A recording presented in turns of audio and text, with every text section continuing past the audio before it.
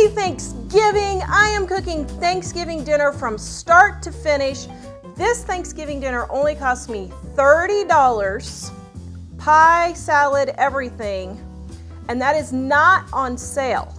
If I would have bought everything on sale, I probably could have done it for around $20 to $25, probably closer to $20.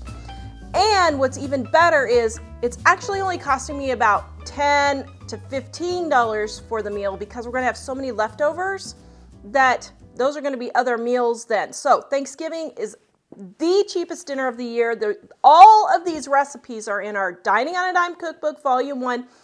If you're gluten-free, dairy-free, all of the recipes are in our gluten-free, dairy-free edition. And for both of these, regular Thanksgiving and gluten-free Thanksgiving, go to the link in the description below and you will find all of these recipes. Are you ready to get started? Let's go. Making pumpkin pie. The pie crust is on page 307 and the pumpkin pie is on page 318. You can see this was my grandma's recipe. This is absolutely the best pie crust you will ever eat. You will be kicking yourself for ever buying a store-bought pie crust if you make this homemade pie crust. This is Mom's pie crust that she has used for 50 years and it is just super delicious. I don't even like pie crust and this is the one that I will eat. Okay, we got our flour and then our salt.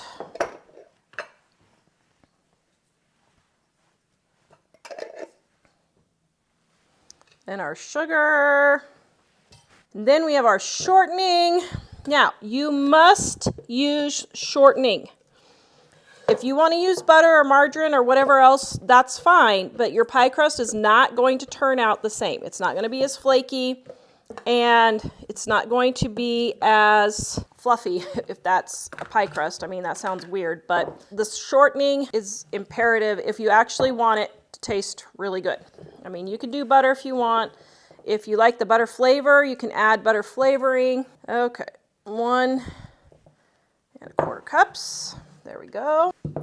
Now, I mix in my dry ingredients first. I don't do a different bowl.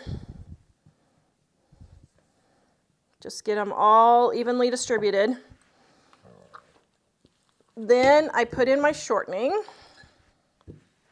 You can use a pastry blender if you want, but I just use my hands. And I grab some flour and my shortening, and I just see how I pinch it until my flour starts getting worked in to my shortening, and I make, see these little crumbles? You're going for the little crumbles, okay? So we're just gonna get all that shortening worked through. Now, this pie crust is actually very easy. People don't think pie crust is easy to make, so that's why they buy the homemade pie crust, but it really is pretty simple. Now, it does take some practice to make the super pretty tops and all that. But just think about it, guys. A pumpkin pie from a bakery is $20 to $25 now. That is absolutely ridiculous. And the ones in the grocery store, I'm sorry, they just taste nasty. So think, if you were to make 10 pies all in a row, even with all the ingredients, that you would be able to eat, because I have never had a pie that has been just totally failed. See how quick and easy that is? It's worth the time to practice making pumpkin pies, or any pies. So between now and January, just make one pie a week and just get your technique down, and then you never have to buy a pie again. All right, now we're gonna put in our egg. There we go. And cold water. I just put some in the cup, and then I just take my tablespoon and my vinegar, which is right here. I keep my vinegar for baking in a little bottle. Okay, then I'm just going to put in my water, and I start with 3 tablespoons, okay? And then my tablespoon of vinegar.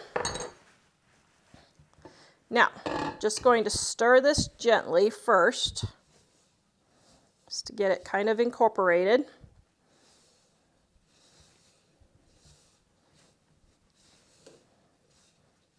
Okay, you want to see how much more water you're going to need. So that's a little bit on the dry side. See how it's not quite totally coming together? So I'm going to add 2 more tablespoons of water. And now I'm going to get my hands in and start kneading. Okay, so you're just going to go grab down to the bottom. Now, you don't want to knead this to death, but you do want to get everything incorporated. Now, I'm going to add, your climate also affects your baking like this, because I live in a very dry climate here in Wyoming. When I was in Kansas, it was more humid, and so it does affect your baked goods. So don't panic if you need to add more water if you live in a drier climate, or if you live in a humid climate and it's just a dry day, it's okay. You just want to keep adding until you just get your pie crust to come together. Now it's coming together. So I'm going to sprinkle a little bit of flour, and I'm going to put my crusts. Now this makes 3 pie crusts, okay? And then I'm going to bring it all together. Okay, now that's enough flour. Don't want it to get too dry. And get it all together. Okay, all incorporated, just like so. Now, if you guys have problems with your pie crust, on page 306 right here, we have a whole list of pie tips to help you if you have problems or if you want to make different pies, okay? So now I'm going to lightly flour my countertop here, and now I'm going to divide this into thirds, just estimate. This is, oh yeah, wow, I really estimated well there. Good grief, Dora. Okay, and there we go. Okay, now I'm going to set those 2 to the side for my apple pie, and I'm going to use this one for my pumpkin. And then, just going to start rolling.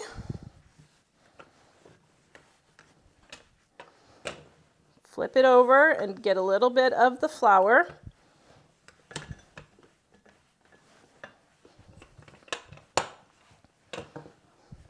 Pick up a little bit more flour. Try to make it more of a circle here.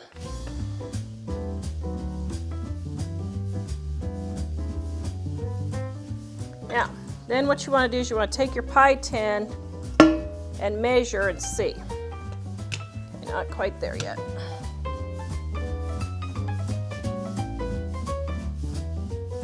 There, I think we're there. Now, what I love is this scraper, and I just go under, and first of all, I loosen it all, okay? Then fold it in half, and then fold it in quarters, then pick it up, and put it 1/4 of your pie tin, and then the rest. Now, if you have little holes because you didn't get it perfectly circle, which I don't ever do, I take and just fill it in. So just fill in your little holes there. Nobody is even going to notice. And I should have made it just a little bit wider actually. So what I'm going to do for this one is just piece it together. Now, Mom is the expert pie maker in our family, so she's the one that usually does it. Mine tastes fine. I just don't have the patience for that. So I just go in and piece it together. I needed to fill in a little bit because I ran out of dough, so I just took a piece from my apple pie. It'll be fine. Then, after I got it all around, I'm just taking my thumbs, pushing them together, see? And it just makes a little ridge. And it just makes it a little bit prettier. Just like so. So now for my pumpkin pie, I'm going to pre-bake my pie crust for 1 to 2 minutes just to get it started. That will keep the crust from getting soggy. Now, what I really love about this thing is, look at this. This is like the easiest cleaning tool. Your countertop messes. Isn't that great? Yes. See? Now I just have a little bit to clean up. Now, I use the same bowl for my pie that I did for my pie crust, and what I do is I just go in, scrape it. I don't even wash it. I just scrape the edges.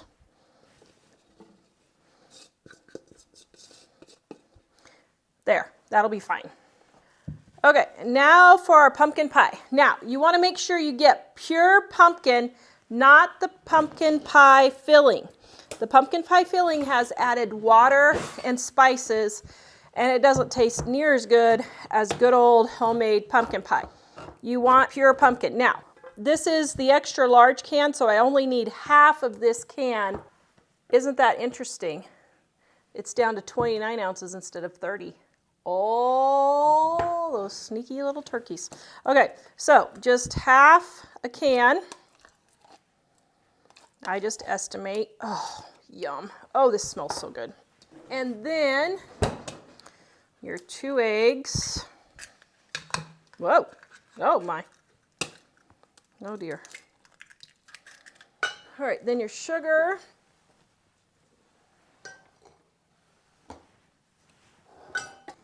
And then we have our salt.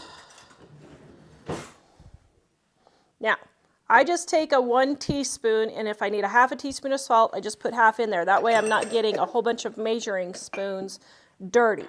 So now my cinnamon, I need a teaspoon. There we go. No, it wasn't completely full to the top because some was spilling over. And then ginger.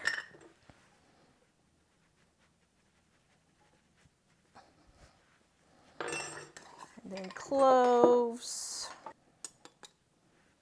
And then we're using our evaporated milk, not sweetened condensed. Sweetened condensed has extra sugar.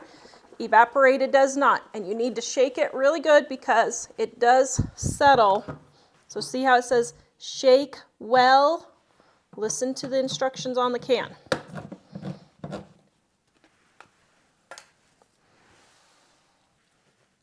This is 12 ounces, right? Yeah. I second guessed myself for a moment there. Okay. So now we're going to get this all mixed together. Oops, hold on. I forgot my pie crust. Let me grab it out of the oven. Okay, perfect. I'm just smashing the lumps along the side of my bowl there.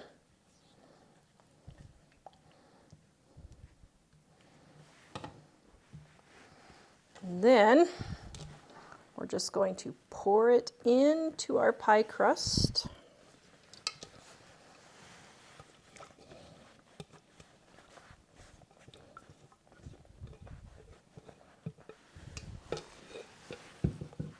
Oh, yum. Okay, then we're going to put it in the oven at 425 for 15 minutes. And then we're going to turn it down to 350 for 45 minutes. That smells like Thanksgiving. Can you see the rabbit under my arbor there? Oh, he's looking for his Thanksgiving dinner. Oh, isn't that cute? Okay, now we're going to test the pie. Oh my, that looks delicious. Take a knife, stick it in the center. See how it comes out mostly clean. I'm going to leave it about 5 more minutes, and then I think it'll be done.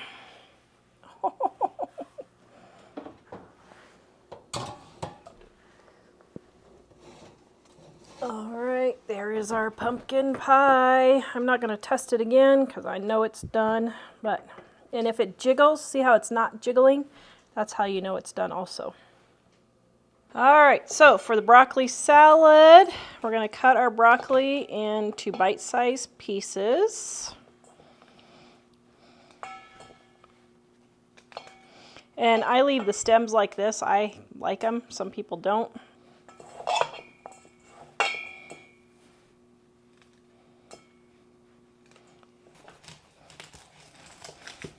Okay, then we have our onion. I'm not going to use all of that. Just cut it in half, just make little onion pieces.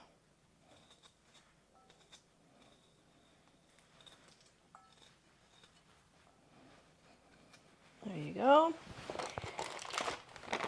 Then we've got our raisins. Then we have our mayonnaise. And a small amount of sugar. And seasoned salt. Then we just stir this all up. Now, it's best if this can sit for about an hour or so, 30 minutes or an hour, to let all the flavors come together. If you want to make it ahead of time, you can mix everything and just add your mayonnaise and sugar later, if you want. All right, and there we have our broccoli salad. Oh, yum. That is so good. And now for the turkey. Okay, we've got our pie made, we've got our salad made the day before. Now our turkey needs to go in the night before or the morning of Thanksgiving. If you are eating at noon to 1 or 2, somewhere around there, your Thanksgiving dinner, put your turkey in the night before. If you are eating like at 5, 6, 7 o'clock at night, put it in early that morning, 6 or 7 o'clock in the morning. This is a very easy turkey recipe. Don't make it more complicated than it needs to be. You're going to say, Tara, there's no way. No, this really is this easy. Okay, you ready? Turkey. Let it defrost 3 days before Thanksgiving. So the Monday before Thanksgiving, take your turkey out and put it in the refrigerator. If you forget and you remember, let's say Tuesday or Wednesday, you can set it on the counter for 3 or 4 hours, put it in the fridge. The next day, take it out for 3 to 6 hours. Let it defrost. This thing is frozen solid, so it's not going to grow bacteria or anything if you set it out on the counter for just a couple of hours, okay? Okay, so now what we're going to do is we're going to open up our turkey. I hope mine's defrosted. I don't know if I actually gave him enough time to get defrosted, but we're going to see. Now, I do not wash my turkey. What I do is I take it out. Whoa, whoops. All right, now you gotta get the giblets and the gravy packet out. Yeah, see, it's still semi-frozen. There, not too bad though. And the neck, where'd the neck go? Did they not give me a neck? Hello? Hello in there.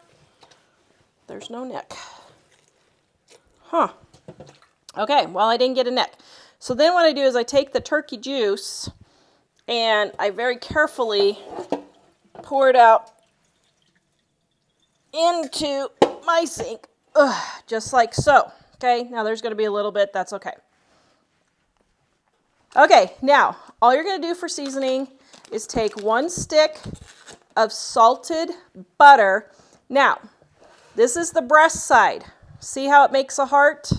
And usually the little poppy thing is on the top. You actually want to flip this over. So we're just going to put the butter inside the cavity just like that and flip this puppy over.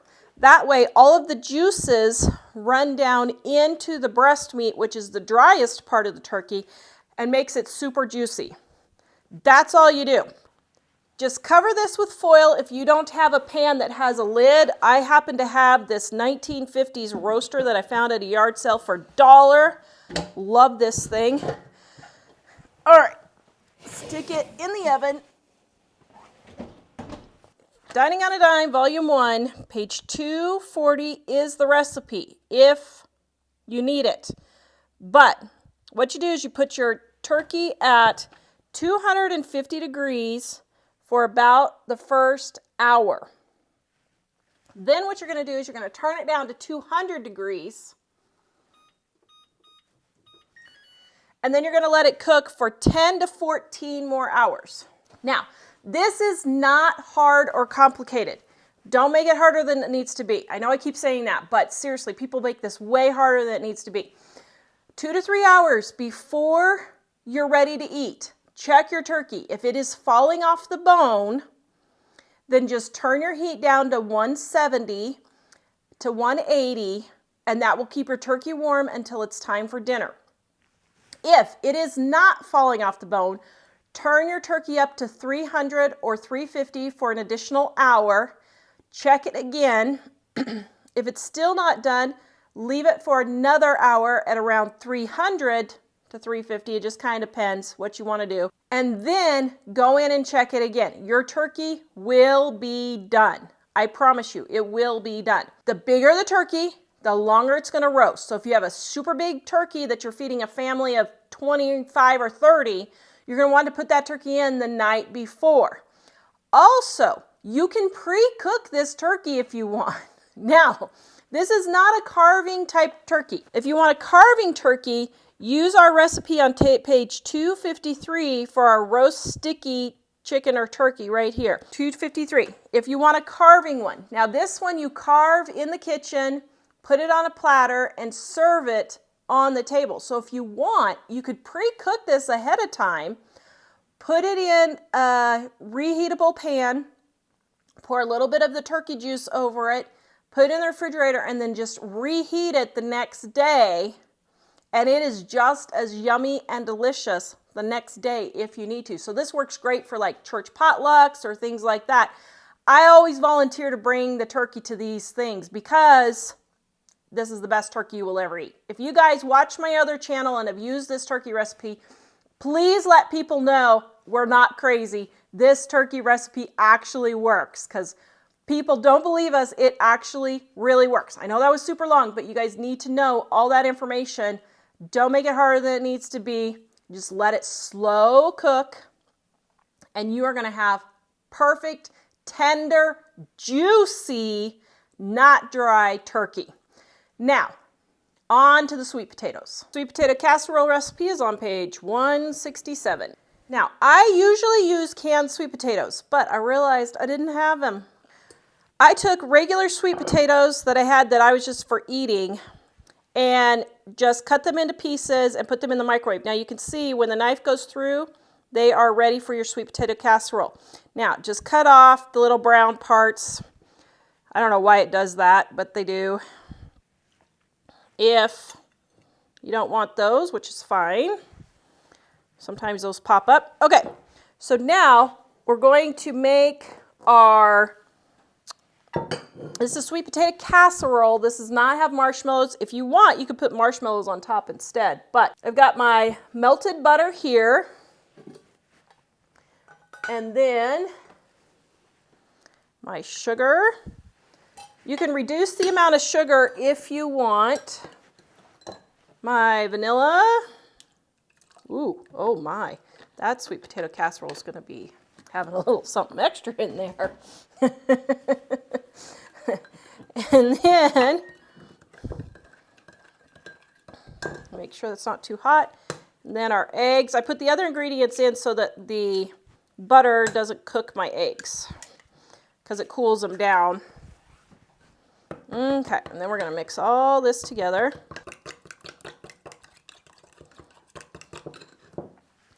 And then we're going to pour this over our sweet potatoes. Yum. Then we're going to take and put on our topping, our brown sugar,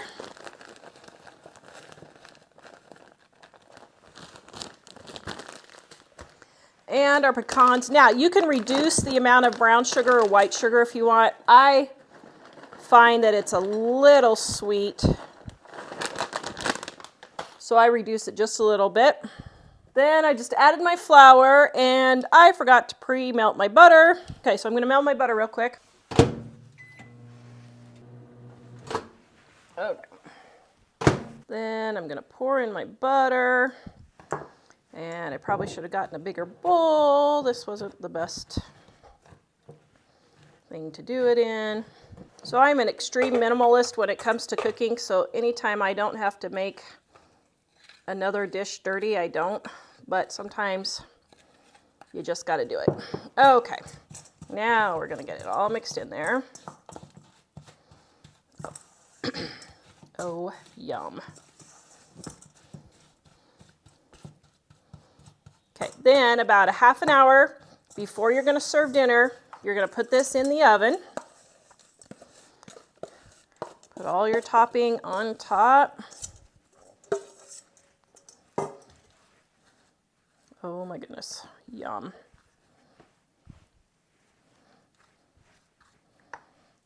All right, we're going to put this in the oven. Okay, so I clean as I go, but I just rinse out my stuff if I'm going to be using it again. It doesn't have to be perfect. Now, if something's stuck on there. So I made 20 gallons of hand soap yesterday, and this is the leftovers that I'm using for dish soap. We're going to have soap until we die. All right, now our sweet potatoes are done. Oh my goodness, look at that. Doesn't that look delicious? Now, for giblet gravy, add water to your pan, and then you're going to take your giblet packet here, tear it open, and you're going to put them in your water, and you're going to let this simmer. I just let it simmer all day on low until it's cooked. Gonna add more water. Okay, just like that.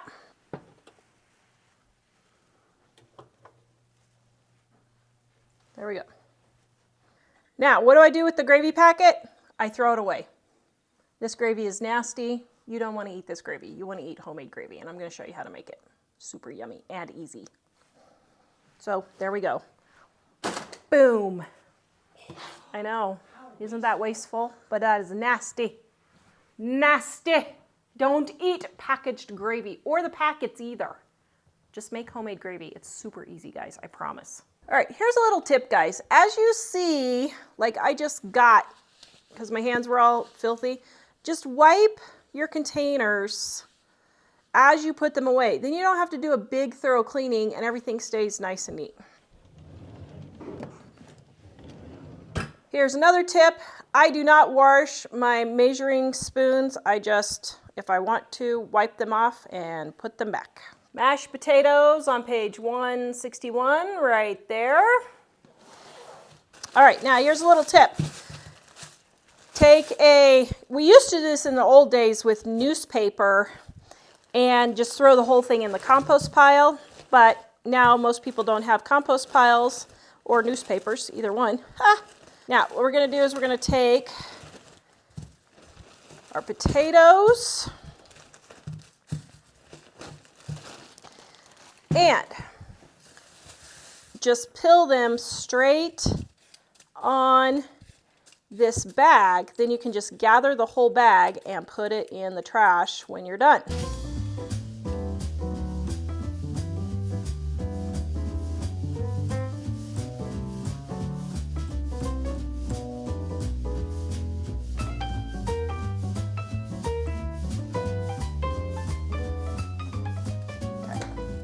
Then just take the whole thing and put it in the trash. All right, so now I'm going to rinse my mashed potatoes, just like so, and fill it with water.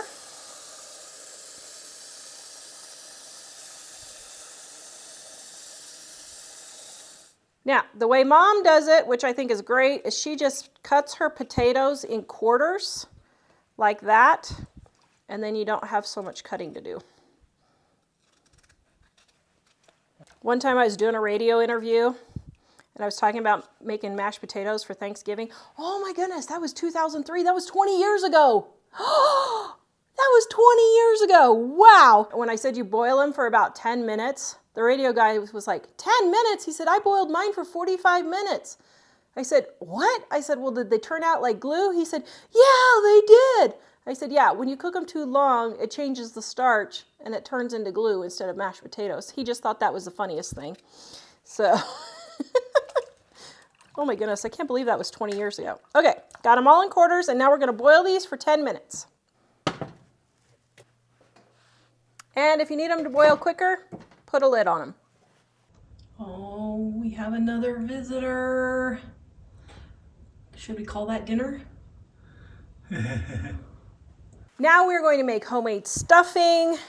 Page 187. This is a kind of throw it together recipe. Guys, please do not be intimidated by the instructions. This is actually very easy. Okay, to start your stuffing, you're going to take your sausage. I just use regular pork, mild pork sausage, and we're going to fry this.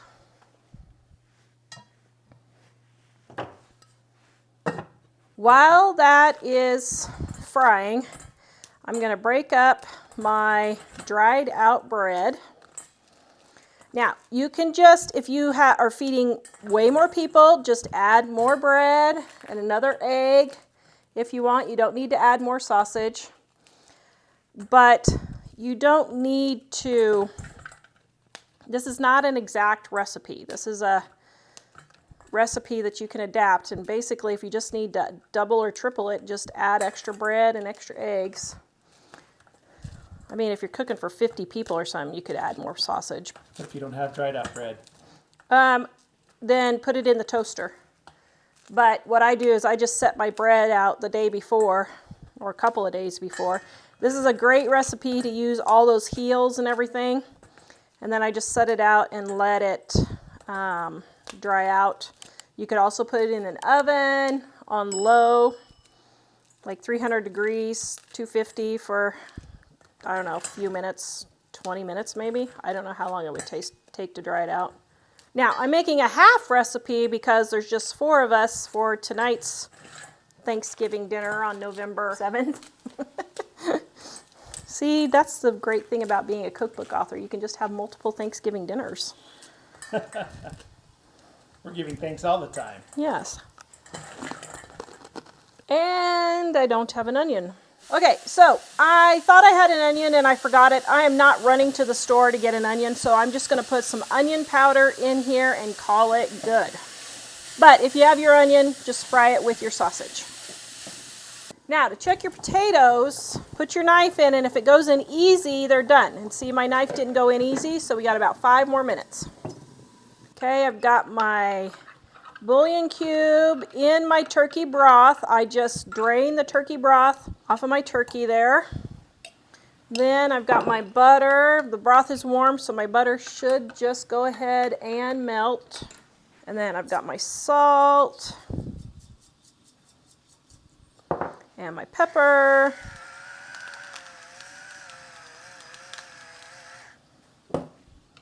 Just like so.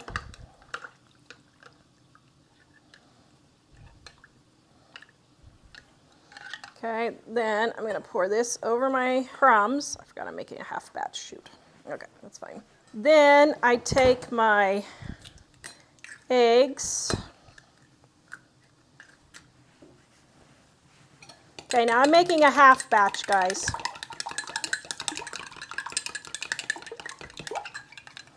Pour my eggs in.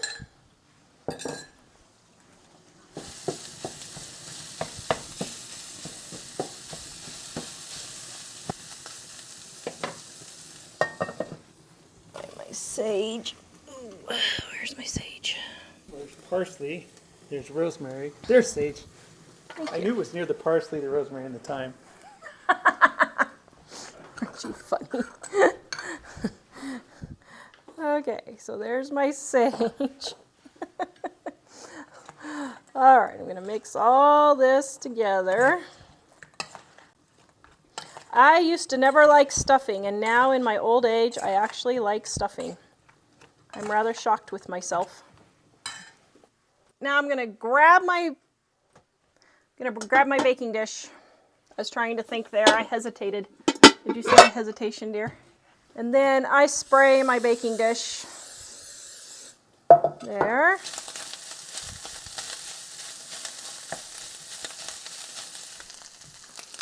All right. There's my sausage.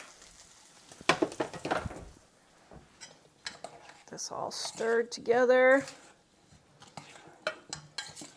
And then you can add, now Grandma adds a box of croutons or stuffing, pre-made stuffing mix, which is pretty funny. I don't, I just add extra bread. All right, and now we're gonna put this in the oven and bake it at 350. On the stuffing, you do not want to put this in your turkey. Do not put it in your turkey. It will cause food poisoning. Your turkey does not get hot enough in the center to kill all of the bacteria. So cook it separately from your turkey to avoid a trip to the hospital this Thanksgiving. Okay, there's Mr. Pheasant. Actually, he's a really pretty one. Wow. Look at Mr. Pheasant there, strutting his stuff. Okay, to check your mashed potatoes, take your knife and go in. And are they ready? Yeah, they're ready. Okay. Now we're going to drain the mashed potatoes. I love this pan because it has a strainer lid. I think that's fabulous. Okay. Okay, now. This is the secret ingredient that makes our mashed potatoes better than any mashed potatoes you've ever eaten. It is sugar. And you don't need a lot, just about a tablespoon is all you need. But that little tiny bit amount, I don't know what it does. Mom discovered this one. It brings out the flavor of the potatoes. You don't taste the sugar. Oh my goodness, it is so good.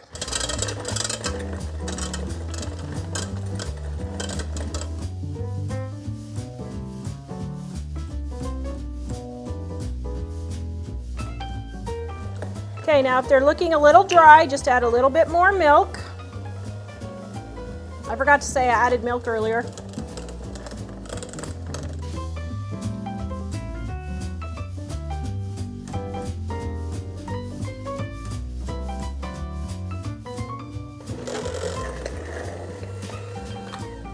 Okay, I'm gonna add in my salt. Now, if you have lumpy mashed potatoes, it's because you didn't cook them long enough. So if you want lumps in your potatoes, cook them slightly less. If you don't want lumps, cook them the correct time in the cookbook. Or when a knife goes through easy in your potatoes.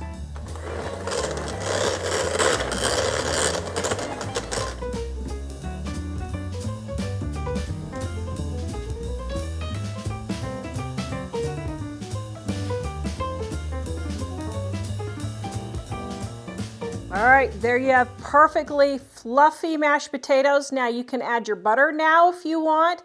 You could add sour cream, you could add bacon bits, you could add cream cheese, you could add cheddar cheese. Any of those flavorings that you would use for baked potatoes, you can add to your mashed potatoes. And you know what else is really good? A dollop of bacon grease. Oh, that makes it taste really, really good.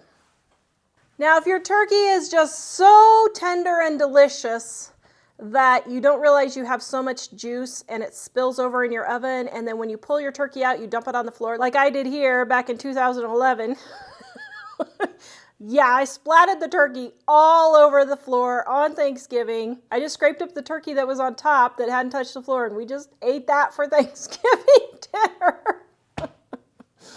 Yeah.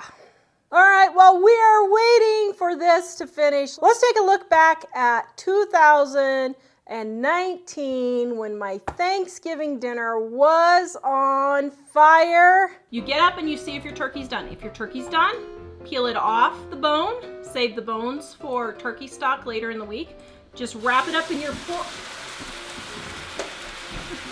Which thing is that? It was the gravy. Oops. Okay, so. This is not normal. It's the show that's jinxing us.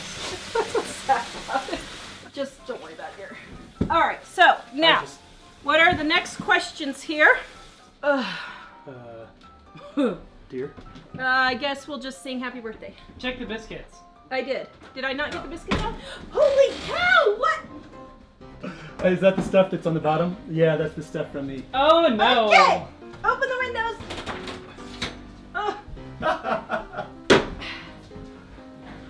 We actually have a fire. So that's the stuff that boiled over from the... Okay, hold on. The stove is on fire.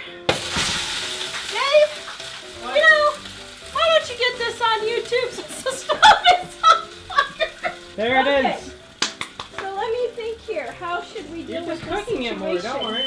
Whoa. The beauty of live video, guys. Here, should I turn it off? Turn it off, yeah. Jamie says salt puts out fire. Well, happy Thanksgiving. Join us next time for another great edition of... Fire alarms.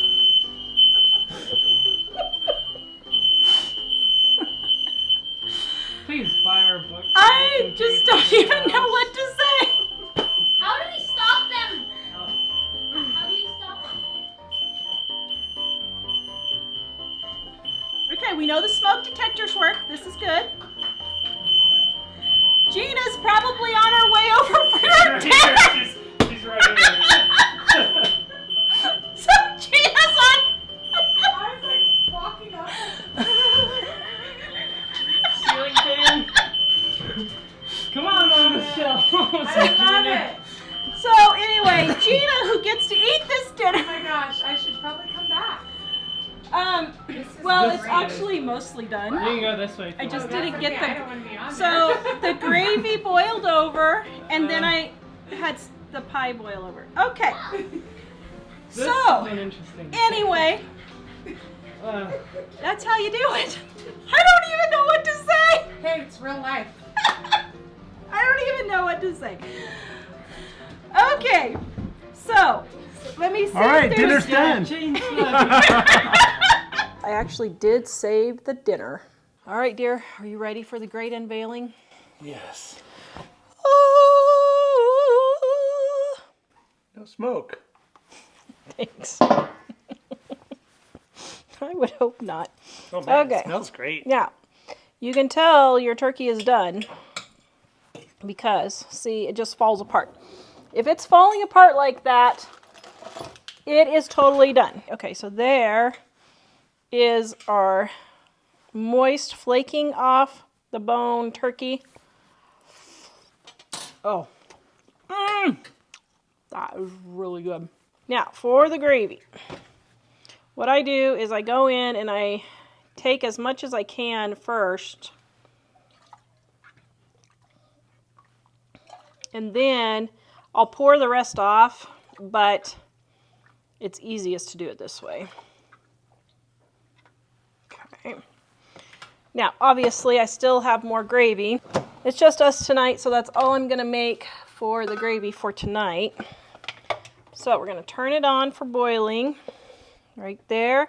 Putting my cornstarch or flour or arrowroot, whichever you want, for thickener. Going to add some water and stir until your cornstarch is all dissolved into your water. So then we're going to add our cornstarch water and going to add salt. Now we're going to bring it to a boil and then we're going to test it and see. Now you can see here while this is coming to a boil, our giblets, if you want giblet gravy, my family doesn't like it except for me, then cut this up with an egg in your gravy and then you will have giblet gravy. All right, oops, I got a couple of pieces of turkey in there, that's okay. Now be careful because as you saw in my video when Thanksgiving was on fire, gravy can boil over really quick. So I usually stand and watch my gravy so it doesn't boil over. All right, so while my gravy is coming to a boil, hot, hot, hot, I am plating the turkey. Jack keeps saying all of his friends at school keep talking about all the dry turkey for Thanksgiving, and he's like, I know this cookbook. I know this turkey recipe. You should check it out. Okay, now come here. Let's check. So there's our gravy, and it's getting all nice and thick.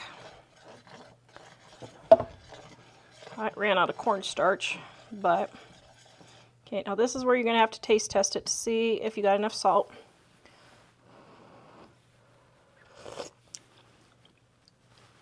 No.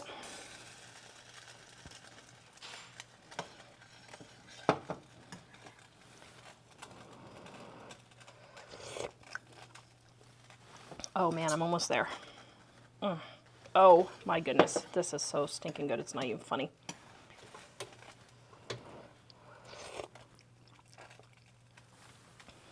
Perfection.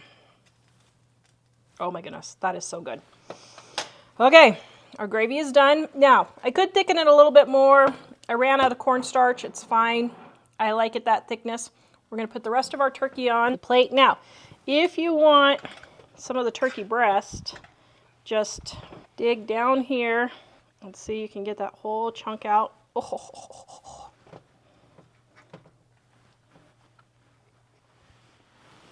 Okay. All right. Here is, Jack already dug into the potatoes for an after-school snack. Here is Thanksgiving dinner. How were the mashed potatoes? Oh dear, they were very good, huh? All right, guys, that is Thanksgiving dinner. It is actually quite simple. It took me about not even quite an hour to do all this in person. All these recipes are in the description below. Please go watch this video next. Visit us at livingonadime.com. All right, are you ready for dinner? Yes. I'm ready. Are you ready? Yes. Should we dig in? Perhaps. Well, we already have. You already have.